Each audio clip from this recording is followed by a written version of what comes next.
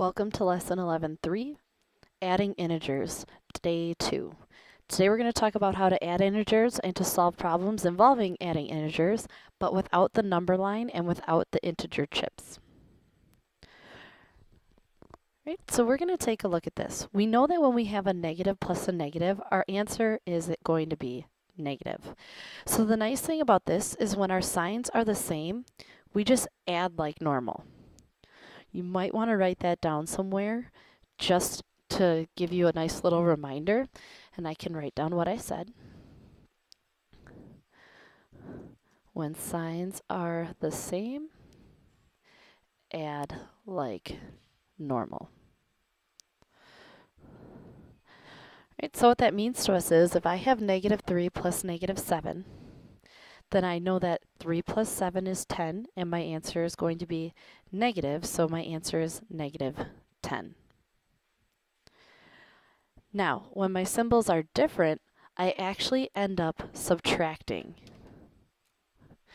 You can write that down as well.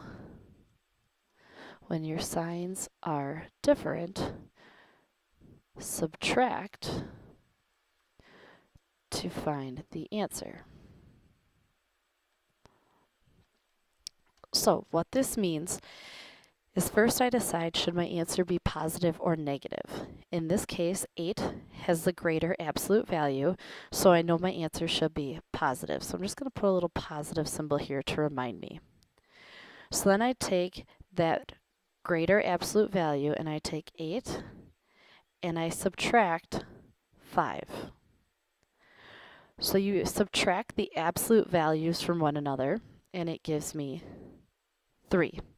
Now because we know our answer is supposed to be positive, we know the answer here is positive 3.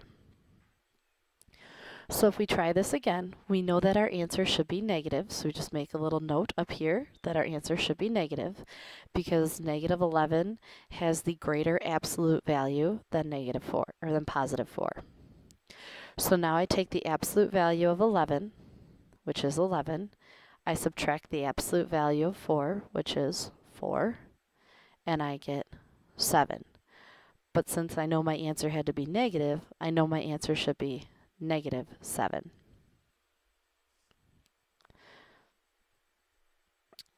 I'll try this one more time with you. So now we know our answer should be negative because negative 29 is the bigger absolute value.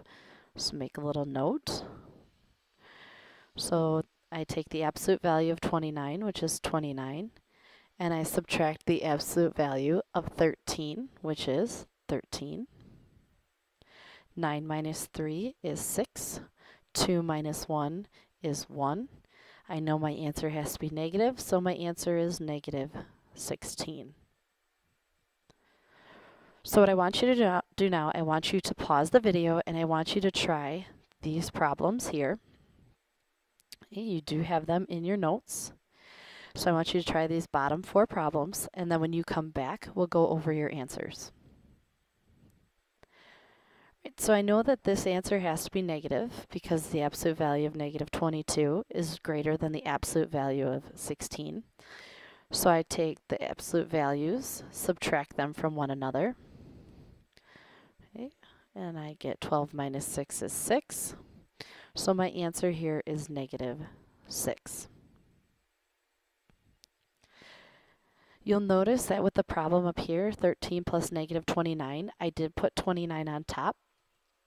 You can do that and you should do that. You should always put the greater absolute value on top.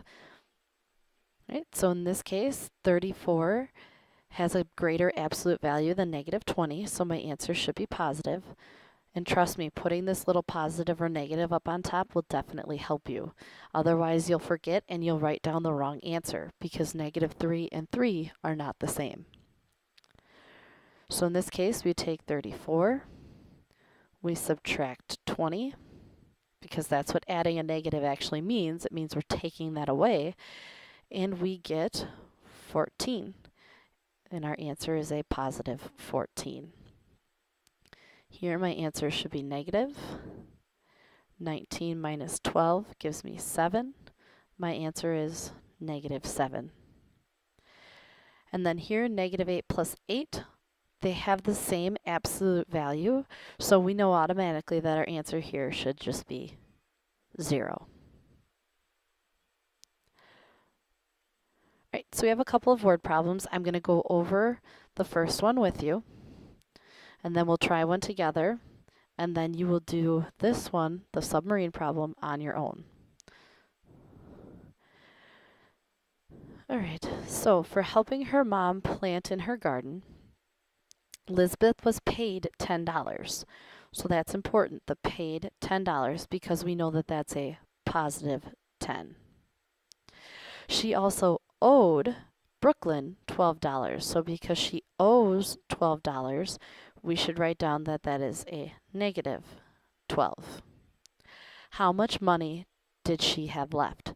So we always want to write this as an addition problem.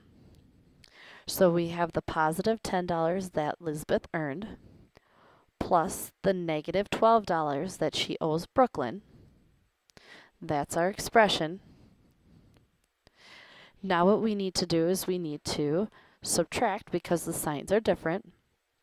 We know our answer should be negative. We take the absolute value of 12 minus the absolute value of 10. We get 2. So we know that Lisbeth has a negative $2 left. For all of these problems, I want you writing it as an addition problem. I know that it'll be difficult because you'll want to write it as a subtraction problem, but you need to write it as an addition problem in order to practice your adding of integers. Right, a football team loses 3 yards. So we know that that's a negative 3. On the next play, the team gains 2 yards. So that's a positive 2. What is the change in yardage after the 2 plays? So if I want the change in yardage, I know that I need to take the negative 3 yards that they lost and add the 2 yards that they gained. So negative 3 plus a positive 2 tells me my answer should be negative.